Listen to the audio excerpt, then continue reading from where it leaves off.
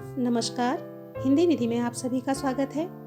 आज का हमारा विषय है प्रयोजन मूलक हिंदी के अंतर्गत संपादन का अर्थ, परिभाषाएं एवं संपादन के सिद्धांत। हिंदी साहित्य के छात्र छात्राओं के लिए ये एक उपयोगी विषय है।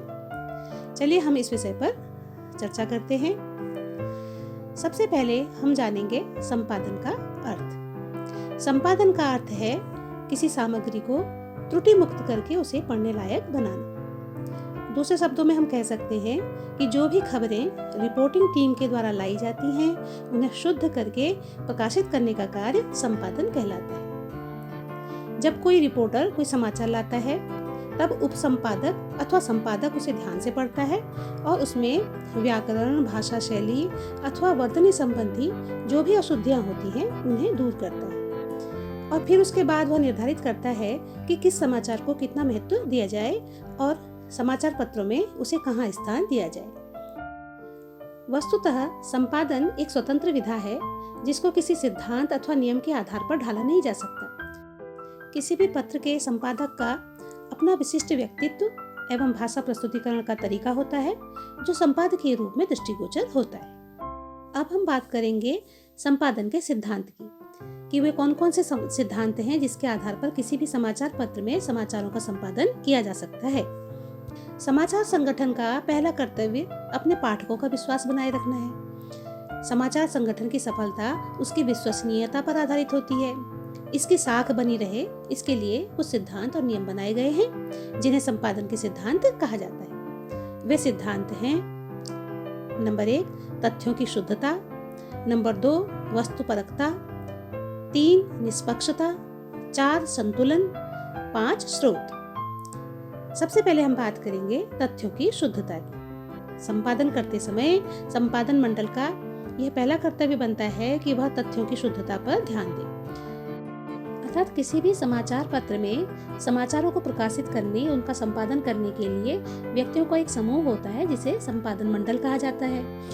तो उन संपादन मंडल के सदस्यों का यह पहला कर्तव्य होता है कि वह तथ्यों की शुद्धता पर ध्यान दें कि जो भी समाचार प्रकाशित किए जा रहे हैं उससे संबंधित तथ्य उनके पास होने चाहिए। प्रमाणित समाचार को ही समाचार पत्रों में प्रकाशित करें।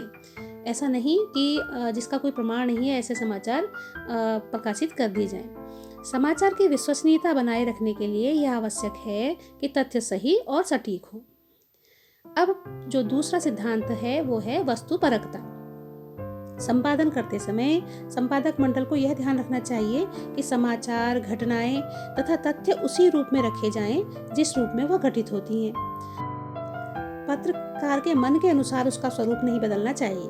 कहीं विरोध, कहीं समर्थन या किसी कारण से समाचार का स्वरूप नहीं बदलना चाहिए। अब हम तीसरे सिद्धांत की बात करते हैं। तीसरा सिद्धांत है निष्पक्षता।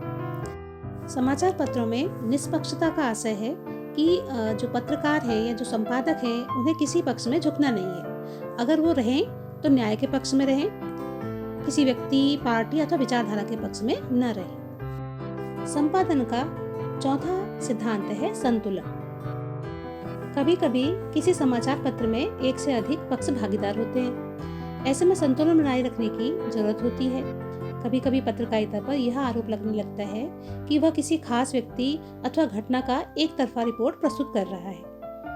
और इतना ही नहीं, किसी खास दल के नेता के विरोध में भी बहुत अनाप शनाप लिखा जाता है और बाद में पता चलता है कि यह सब झूठा था। ऐसी स्थिति में पत्रकारिता बदनाम होती है और पत्रकारिता पर लोगों का विश्वास उठ जाता है। पत्रकारिता को लोकतंत्र का चौथा स्तंभ माना गया है, इसलिए पत्रकारिता में जो पत्रकार हैं उन्हें अपने कर्तव्यों के प्रति सचेत रहना चाहिए और जिम्मेदार होना चाहिए। इसके बाद पांचवा सिद्धांत है स्रोत। किसी भी समाचार पत्र में जो भी समाचार प्रकाशित होते हैं उनके स्रोतों का विवरण देना भी आवश्यक होता है। संवाददाताओं को समाचार कहां से प्राप्त हुए उनका विवरण देना ही स्रोत कहलाता है और उसी के आधार पर कोई भी समाचार प्रामाणिक माना जाता है। तो इस प्रकार आज के इस वीडियो में हमने संपादन का अर्थ और उसके सिद्धांतों को जाना। मैं आशा करती हूँ कि इस वीडियो के माध्यम से आप सभी को संपादन का अर्थ और उसके सिद्धांतों को समझने में सहायता मिलेगी। धन्यवाद।